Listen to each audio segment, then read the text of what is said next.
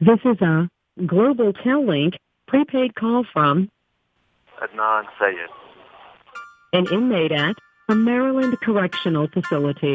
This call will be recorded and monitored. There is a major development in a case intimately explored in the hit podcast Emotions, serial. a stunning reversal.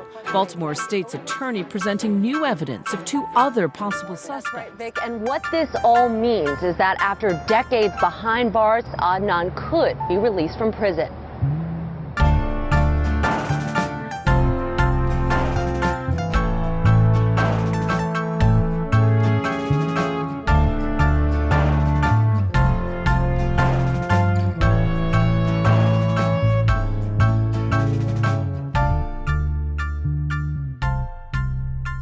Adnan Syed got out of prison yesterday. It was extraordinary, the whole thing. Here's his attorney, Erica Suter.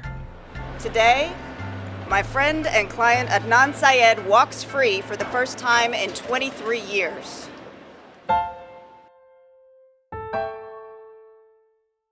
On Wednesday of last week, city prosecutors filed a motion saying they could no longer stand behind the murder case they built against Adnan. They were asking a judge to vacate the conviction. 5 days later, Adnan was out. On home detention for now, but out. Home. Good afternoon. God is good. Since the inception of my administration... Marilyn Mosby, Baltimore state's attorney, started to give a statement to the dozens of TV cameras and microphones massed on the sidewalk outside the courthouse. The public must know that the justice... But she couldn't compete with the mayhem when Adnan finally walked out.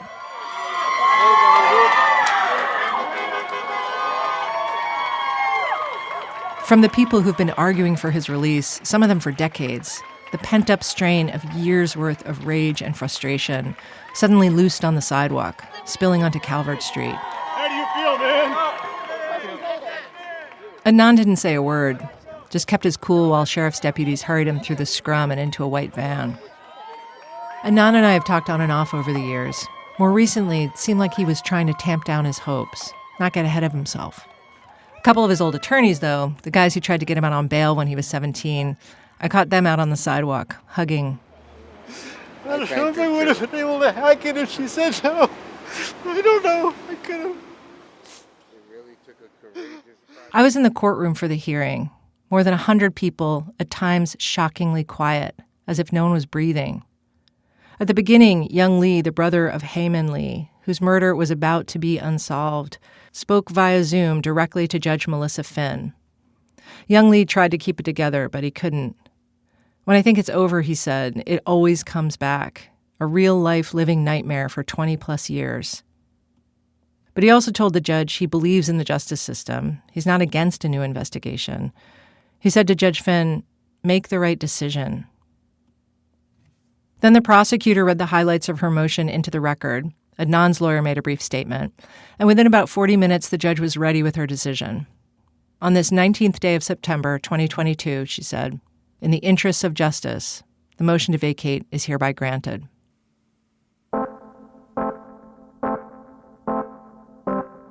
You might be asking, what on earth happened? I've spent the last few days trying to understand it myself. Wherefore this motion to vacate that burst like a firework out of the prosecutor's office, the very same office that asked the jury in 1999 to, quote, come back with a guilty finding for first-degree premeditated murder by the defendant, Adnan Syed. The prosecutors today are not saying Adnan is innocent. They stopped short of exonerating him. Instead, they're saying that back in 1999, we didn't investigate this case thoroughly enough. We relied on evidence we shouldn't have, and we broke the rules when we prosecuted. This wasn't an honest conviction. According to the prosecutor's office, they didn't set out to pick apart Adnan's case, their own case, mind you. They say it just kind of crumbled once they took a hard look. I know. If you've heard season 1 of Serial, you know how I got there. Here's how they got there. Almost a year ago, a new law took effect in Maryland, the Juvenile Restoration Act. One of the things the law says is that if you've served at least 20 years in prison for a crime you committed when you were a juvenile, you can ask the court to reduce your sentence, maybe even let you out. So the day after this new law comes into effect, on October 2nd, 2021, Adnan's current attorney, Erica Suter, delivers his case over to the Baltimore City State's Attorney's Office for them to look at. Because, if you remember, Adnan was only 17 when he was arrested for killing Hae Min Lee, his classmate and former girlfriend. This request goes to Becky Feldman, chief of the Sentencing Review Unit for the prosecutor's office. One of the factors she has to weigh in deciding whether to support a sentence reduction under this new law is the facts of the crime. So Becky Feldman starts reading, and pretty soon she's bothered. Something isn't right with the case. She's having a hard time answering what should be a simple question. What's Adnan Syed's level of culpability in this crime? Becky Feldman is pretty new to the prosecutor's office, pretty new to being a prosecutor. She'd been high up at the public defender's office for years. Her sense of alarm was cultivated on the defense side. A sentence review isn't supposed to be a reinvestigation of a case, but that's what starts rolling. By March, Becky's office, joined by Adnan's lawyer, asks a judge to order new high-tech DNA testing. That takes a while to work through the system. So while they wait, Becky and Erica Suter work together, pulling threads. Becky's office consults cell phone experts, a polygraph expert. She's all up inside Google Maps and land records. The state's massive case file is over at the Attorney General's office a few blocks away. Becky starts hoofing it over there in June. The AG's office is like, 17 boxes of case materials, here's a copy machine, knock yourself out. She copies a bunch of stuff from the first 7 boxes, takes the papers back to her office to read. And that's when she discovers some handwritten notes. They're messy, hard to make out. But once she deciphers the writing, she realizes these notes are about a potential alternate suspect in the case. She calls up Erica Suter, who tells her, yeah, we've never seen these notes before. They're both shocked. Once the DNA results came back in mid-August, with nothing really conclusive or useful, they took stock of everything they'd learned. The result was a disturbing bouquet of problems, whose cumulative effect gave the state, quote, overwhelming cause for concern. Under the circumstances, they couldn't justify holding Adnan in prison anymore. So Becky Feldman wrote a motion to the court, a motion to vacate. The motion to vacate does not tell us a new story of the crime. It doesn't lay out an alternate theory of who killed Hae Min Lee. Instead, the motion lays out how the system malfunctioned back then and how little we know now. The headline of the state's motion is that they've developed more evidence about 2 people who might have been involved in the crime, but whom they say weren't properly ruled out as suspects. They don't name these people. They just call them the suspect or the suspects because they say the investigation is ongoing. They might have been involved together or separately. They don't know. But both were known to detectives at the time. The first thing and worst thing they list about these possible suspects, those handwritten notes Becky Feldman found in the state's trial boxes. They appear to be written by a prosecutor, memorializing 2 different phone calls from different people who called the state's attorney's office to give information about the same person. The notes aren't dated, but as best as Becky can tell, the calls came in several months apart and before Adnan was tried. The gist of the information from both calls is that a guy the state had more or less overlooked had a motive to kill Hae Min Lee, that this person was heard saying that he was upset with her and that he would, quote, make her disappear. He would kill her, unquote. In court yesterday, Becky said the state had looked into this individual and found the information in those handwritten notes to be credible, that this suspect had the, quote, motive, opportunity, and means to commit the crime. Whether he did or he didn't, though, legally speaking, this would be a major breach. If they failed to turn over evidence like this to the defense, that's known as a Brady violation. And that's what so alarms Becky Feldman, that it looks like Adnan's lawyers never knew about these calls. That alone could be cause to overturn Adnan's conviction. So that's the biggest problem the motion explains. This Brady violation regarding one of the 2 alternate suspects the prosecutors are not naming. And the motion says they've also got other new information about these 2 suspects. One of them had a connection to the location where Hae Min Lee's car was found after she disappeared. One or both of them have relevant criminal histories, mostly crimes committed after Adnan's trial, one of them for a series of sexual assaults. I know who these suspects are. One of them was investigated at the time, submitted to a couple of polygraphs. The other was investigated also, but not with much vigor as far as I can tell. He's now in prison for sexual assault. But no one has charged either of these guys in connection with Hae Min Lee's murder, so I'm not going to name them either. That's all the new information they found about the case. But, the motion continues, they also looked at the old information. And now they're saying they've lost faith in that too. They don't trust the state's main evidence at trial. the testimony of their star witness, Jay Wilds, and the cell phone records. They don't hold up separately. They don't hold up together. If you've listened to our show, you probably remember all this. Jay was a friend of Adnan's who told the cops that Adnan said he was going to kill Hae, and that after he did it, he showed Jay her body in the trunk of a car and then coerced Jay into helping bury her in a wooded city park. The motion explains, as many people have before, that the details of Jay's story kept changing. Becky Feldman points to one glaring example, the location where Jay says Adnan first showed him Hae's body. In his first taped interview with the detectives, Jay tells them he met up with Adnan somewhere along Edmondson Avenue, and that's when he sees Hae's body in the trunk. I went to pick him up from off of Edmondson Avenue at a strip, and he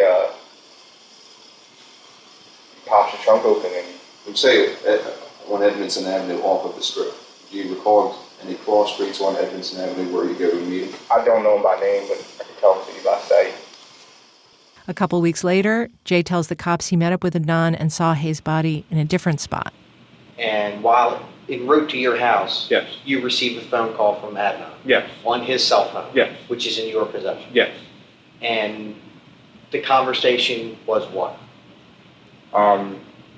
That bitch is dead. Come and get me. I'm at that spot. And Jay's story has gotten even more confusing in the years since the trial.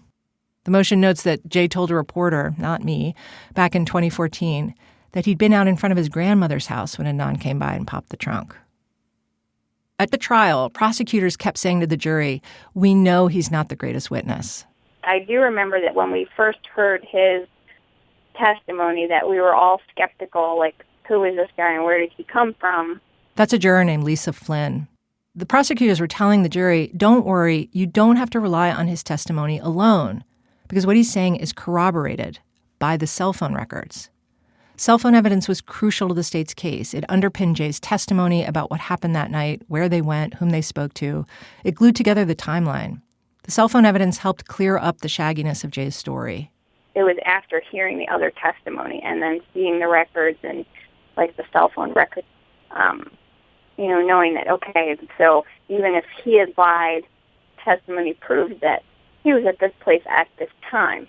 But Becky Feldman wrote in last week's motion that the cell phone evidence at trial, it was unreliable. Adnan's defense team has been saying this for years, but the state only recently talked to 3 experts about what the cell records actually show and don't show. And the experts all agreed, you can't use the incoming call records to back up Jay's narrative. Doesn't work like that, for a host of reasons I won't bore you with. We didn't get to the bottom of this incoming call problem back when we were reporting this story. At the end of the motion, Becky Feldman tacked on a, by the way, final section about one of the 2 main detectives on the case, Bill Ritz. He was accused of misconduct in another murder case that went to trial the same year Adnan did. In that case, Detective Ritz was accused of manipulating evidence, fabricating evidence, not disclosing exculpatory evidence, not following up on evidence that had pointed to a different suspect. In 2016, the guy convicted in that case was exonerated. Ritz was one of the 2 detectives who repeatedly interviewed Jay Wilds. So that's the bulk of the state's motion to vacate. New information about 2 potential suspects, important evidence withheld from the defense, renewed suspicion of Jay's story, loss of confidence in the cell phone evidence. And while the Brady violation alone is enough for the state to cry uncle, all of it together, well, yes, overwhelming cause for concern. Adnan's case was a mess, is a mess. That's pretty much where we were when we stopped reporting in 2014. Baltimore City Police have told the prosecutor's office they're going to put someone back on the case. Someone will try to talk to the 2 suspects Becky identified in the motion. I have 0 predictions about what could come of that. But I do know that the chances of the state ever trying to prosecute Adnan again are remote at best.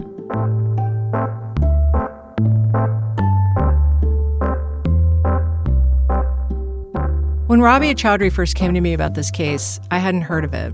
No other journalists were looking at it. Most of the reporting I did was to try to find out, obviously, who killed this young woman, but also, if everyone's doing their job right, how does a kid get convicted on evidence this shaky?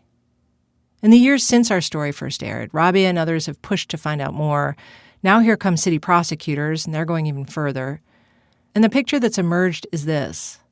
Adnan's case contains just about every chronic problem our system can cough up. Police using questionable interview methods, prosecutors keeping crucial evidence from the defense, slightly junky science, extreme prison sentences, juveniles treated as adults, how grindingly difficult it is to get your case back in court once you've been convicted. The Baltimore courtroom where Adnan's hearing was held is an old-school architectural gem. You sit there hoping the massive chandelier is well secured. The soaring ceilings are meant to inspire soaring thoughts. About justice, presumably, and fairness. Yesterday, there was a lot of talk about fairness. But most of what the state put in that motion to vacate, all the actual evidence, was either known or knowable to cops and prosecutors back in 1999. So even on a day when the government publicly recognizes its own mistakes, it's hard to feel cheered about a triumph of fairness, because we've built a system that takes more than 20 years to self-correct. And that's just this one case.